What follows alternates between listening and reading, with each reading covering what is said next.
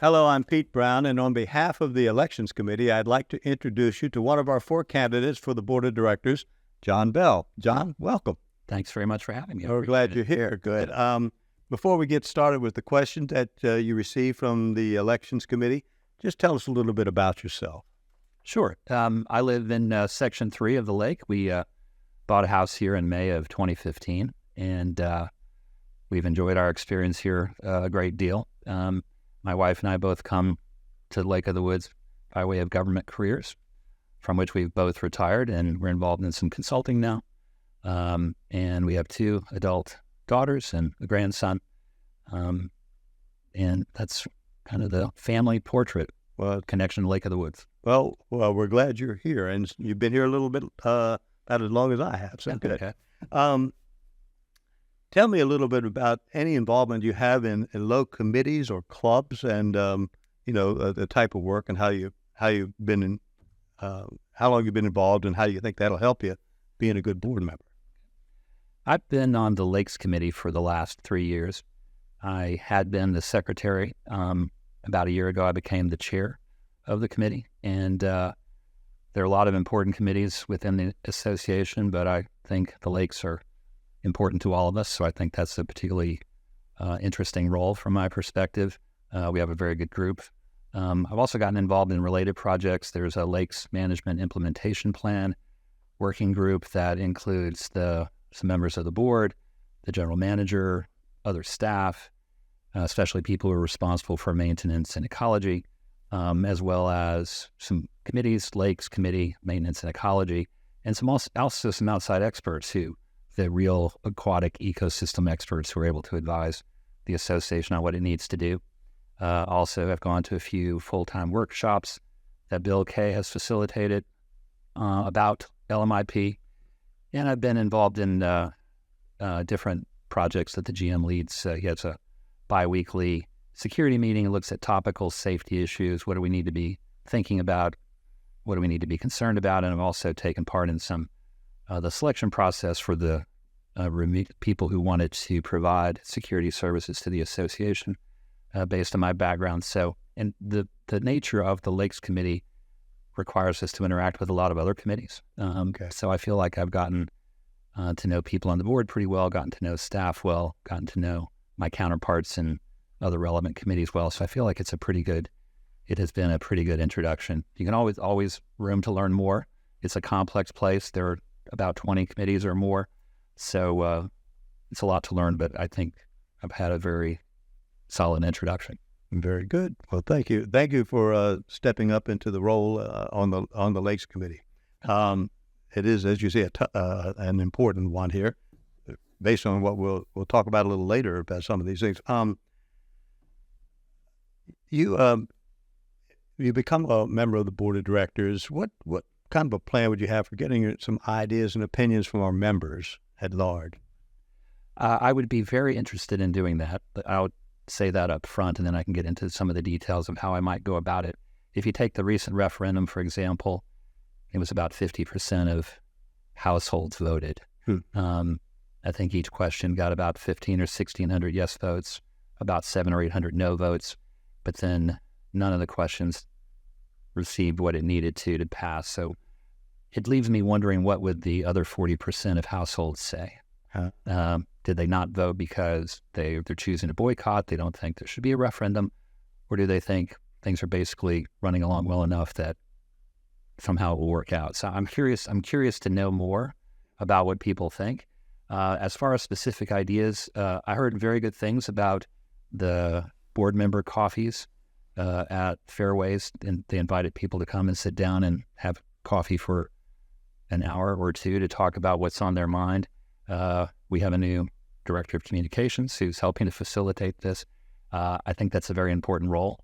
And I think that type of engagement with the community is important, whether that's focus groups or kind of those snap opinion polls or different vehicles that you can use, different apps, platforms that allow you to do that, to sample opinion. And I'm a big proponent of, if there's a constituency that is clearly dissatisfied and is vocal about something, I'm happy to engage with them directly. Let's put it on the table. Let's hear what let's hear what the challenges are. And if you have specific ideas about how things could look different, let's talk about how they're feasible or perhaps more challenging than we might realize. Good. Now, that segues into the next question that the committee had proposed. There's a lot of hours involved with being on the board of directors. The estimate here, people said from 15 to 40 hours. Doing the things you just talked about, you'd be pushing more toward that 40 hours, probably 30, 40 hours a week. You prepare for this and your wife, family. What's your thoughts? Well, I know it's a significant time commitment. I guess you'd have to see what it looks like in practice. Being chair of the Lakes Committee has involved a certain amount of time as well. It hasn't been, I wouldn't call it 15 or 40 hours a week, but it's been a time commitment. I'm hoping that we could iron a little of the committee meeting time or the board meeting time out of the calendar. I think we have, I think they set a record the other day for 7 hours for a board meeting so I don't know that that's their favorite thing either. I think if we're going to be engaging, if we're going to be having investing a lot of hours, I would hope we could do it with greater member engagement. Sometimes at the end of that third or the fourth hour, there are no members left in the meeting and 0 participants on Zoom. So I don't know that I'm hoping that we can make efficient use of our time. But I'm prepared to do what's necessary. I've always put in the work in the jobs I've had. Now, this is it is a volunteer role. No one is compensated for it. So you have to balance that with other things going on in your life, obviously. But I'm committed to do what I need to do. Right. Well said. Social media. There is an official Lake of the Woods Facebook page, but there are also about 3 or 4 other things, social media platforms that mention and reference Lake of the Woods. There's a lot of good stuff on there, but there's also a lot of discord and disharmony. What do you see as the opportunities that the social media could present for us? I think in 2024, a lot happens in social media. Obviously, that's the platforms that people like to use to communicate. Anyone with a laptop or a smartphone can have a blog and operate, their own means of they have their own means of disseminating information to people. So I think it's a reality. I noticed that, we have one, Love My Lake, I think has about 1,000 members, and Members Matter 2.0 has about 1,300. So clearly, there's a lot of participation in these fora. I think the board should be listening to them. I think I think they can always be a mechanism to identify issues and concerns that perhaps people aren't focused on, or they offer a new perspective. And it goes back to what I was saying before. I think with our new community engagement director, we have an opportunity to speak to those people directly, perhaps more often, outside of the 3 minutes you're allowed at the podium during a board meeting, to understand what some of the driving considerations are that are causing people to feel happy about being in the lake or frustrated about certain things that go on at the lake. Board members all have fiduciary responsibility to the association. Can you envision any situation where that responsibility might conflict with your desire to serve members? Any business interests that might conflict? Or no, I can't think of anything. As I said, I'm a part-time consultant. I'm not vested in any of our contractors or any of the relationships that might create a conflict of interest that I'm aware of. So we're elected to pursue what we all believe is best for the community and to represent members' points of view. And so I don't see any conflicts. Now, the next set of questions kind of deals with operations. Tons of capital projects, one of which you've already spoken about, the Lakes Management Implementation Plan. Our roads need ongoing maintenance, other capital expenditures. As a board member, how would you prioritize these things, and what might you see as a possible additional funding source than other than the annual assessment? A lot of the big projects that you mentioned, the big capital projects, have already been decided and they're about to begin. I think about the front gate expansion. LMIP is a 10-year plan. It's already in process. Things like the fitness center happened some years ago. Some of the other big ticket items like $1 million to repave roads is already a recurring event. So I don't know that, I think the next board is going to have to make sure that all of those programs are moving forward expeditiously and hopefully under budget and on time, all the things that you'd like to see from a capital project. But there's always something unexpected. So I personally, there are lots of details I don't yet know, not serving on the board, but I kind of imagine that a larger contingency fund is something that we might want to prepare for, given recent events that have turned out to be unanticipated expenses and proved to be more expensive than people had thought. And as far as savings, I think we're going to have to, in my application I mentioned, I'm assuming most people at the lake would like us to operate the budget like they do their household budget. At the end of the day, income and expenses ought to be pretty close to even. So I think rather than generating new revenue, and as a non-stock, Virginia non-stock corporation, we have limited options for generating a lot of revenue, certainly for generating profit. I think we're probably looking at things we would have to remove from the budget. And I know that can be difficult. Everyone has their particular amenity or service or project that they're attached to. So that's not a popular process, but I think you'd have to look at perhaps taking things off the list. Okay. And yeah, because you kind of addressed a couple of the other things in here, so that's good. Our rules, regulations, our covenants, our bylaws, what are your familiarization with those items, and which one is the top priority of them? Well, our covenants and restrictions from going back to February of '67, that's, as I understand it, that's kind of that's the legal framework. That's what that's what establishes the association. It's registered with the county. It's legally binding. It sort of establishes this is the association we're going to have, and this is how it's going to operate. And we, as the association, owe members this, and we expect members to do these things reciprocally from their perspective. And then the restrictions say we're going to ask you to not do this and always do the other thing. So I think that's and it's really intended to keep property values up, make sure this is a thriving and economically successful association. So I think that's logically the most important document. It's the foundational one. It's hard to change, difficult to modify. Whereas the bylaws, as I understand it, that's the day-to-day operations. You're going to have a board, you're going to have staff. This is how you're going to choose them. These are the functions they can exercise. So it kind of keeps everything going. And then, of course, you have regulations that get down to that next level of detail. When this infraction occurs, we're going to do this, or we're going to ask you not to do these things. And if you don't adhere to them, that will be deemed a violation. So, but I think that the covenants and those restrictions are really the kind of the marquee documents to set out what kind of association we're going to be. Yeah, I think you nailed those pretty well there. Your understanding of the board's role in governance and the relationship with the general manager. In my experience thus far, the rule of thumb has been the GM and his staff, they're executing operations. They're keeping the lights on. They're maintaining the infrastructure. They perform all the administrative functions that need to get done. And the board is more involved in oversight of policy, a certain amount of independent verification that these things are happening.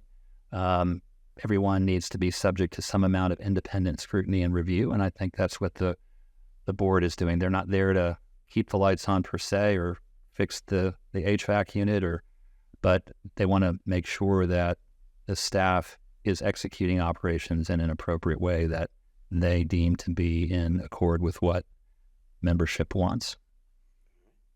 You mentioned a little while ago non-stock corporation, which is what we are. Explain to our members what that means and how it impacts our membership.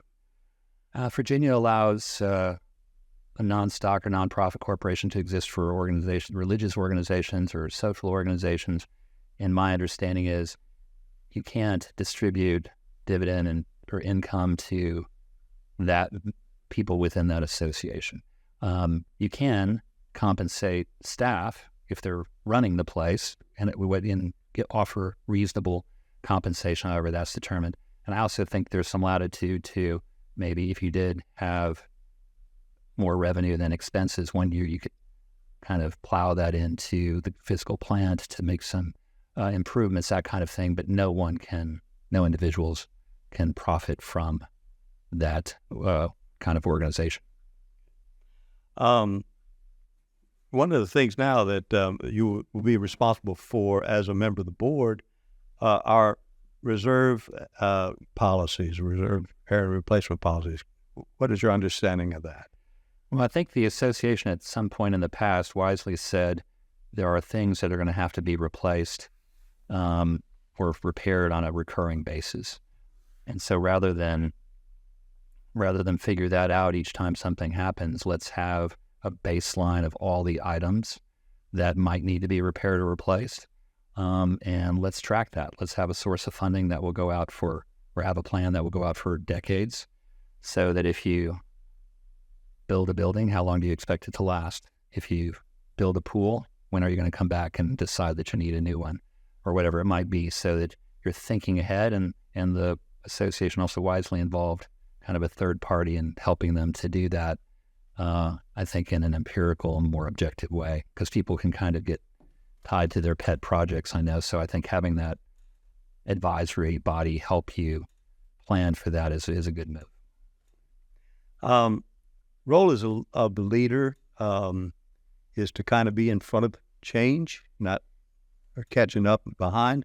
How would you rate Lowe's performance in this regard, or any suggestions you might have? From what I've seen in my time here and what I know a little bit about the past from residents who have been here longer, I think boards have done and GMs have done a pretty good job over time of anticipating the next big thing.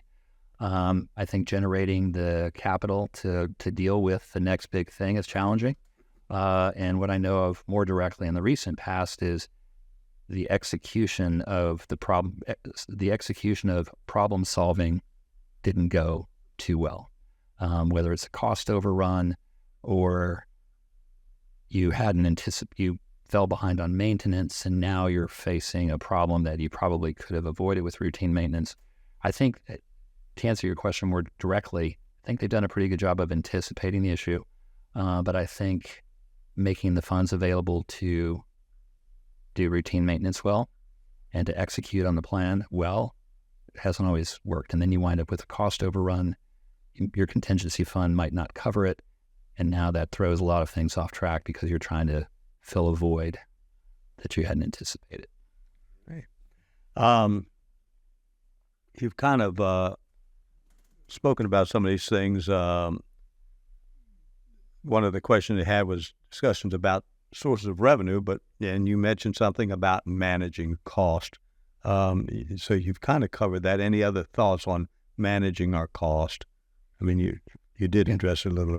Well, I think I do hear at times the debate, some voices say, we have too many staff. We must be spending too much money on labor. Why is that happening? We have too much turnover. Surely we must be losing money on the deal. And then from my own experience, I know that there are times when we don't have enough qualified staff to accomplish our goals. Yeah. So the truth probably is somewhere between those two perspectives, or maybe they're blended together in some way. So I would like, if it's in-house, that could be fine. If we had someone else assist us, I think it would be good to have kind of a new baseline of staffing to understand, do we have the resources we need to support current operations and planned capital projects? And if the answer is we do not have enough staff, then that's an opportunity to scale back on projects. And if we have too many staff, then perhaps it's a chance to make an adjustment there. But I think, and we could also learn something more about why people come and go. And if, in order to be competitive, to be an employer of choice, if we have to recruit people differently, or pay higher salaries, whatever it might take. I think that would help us understand whether we have the right complement of staff to deal with the many things everyone expects them to do. And there could be cost savings in that. Now, one of the things when you get on the board of directors, just like with your current duties on Lakes Committee, you have an idea that's great and you want everybody to get on board, but you got to have a majority of the board agree with you. How would you work about engaging other members of the board to kind of try to get the 4 necessary votes at the minimum? Well, I think whether it's your marriage or you're with your neighbors or your family members, everyone's involved in quite a lot of interpersonal negotiation.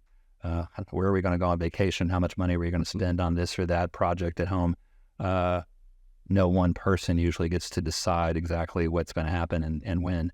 So I think you have to hear people out. You have to invite their perspective, listen to their concerns, try to persuade. Sounds like you're trying to manipulate a little bit, but not necessarily. I think these are the potential advantages I see of this course of action. What are you concerned about in terms of drawbacks? I think you just have to have that dialogue and try to arrive at a reasonable compromise. No one can reasonably expect to get everything they want each time they want it. So it's always a certain amount of horse trading that has to go on. Okay. Now, you kind of addressed this one a moment ago when we talked about labor challenges. You handled that very well. Food service, that was the last question. It was one that came up, so I'll ask you as I ask everyone else. We do have a consultant right now doing a survey of our membership, focus groups. A new food and beverage manager was just hired. Any thoughts on our challenges in our restaurants that you see? I don't think I'm saying anything out of school, but I participated in one of the focus groups the other day, and I thought the consultant and member of his team, I thought they appeared to be doing an excellent job. I thought it was very informative.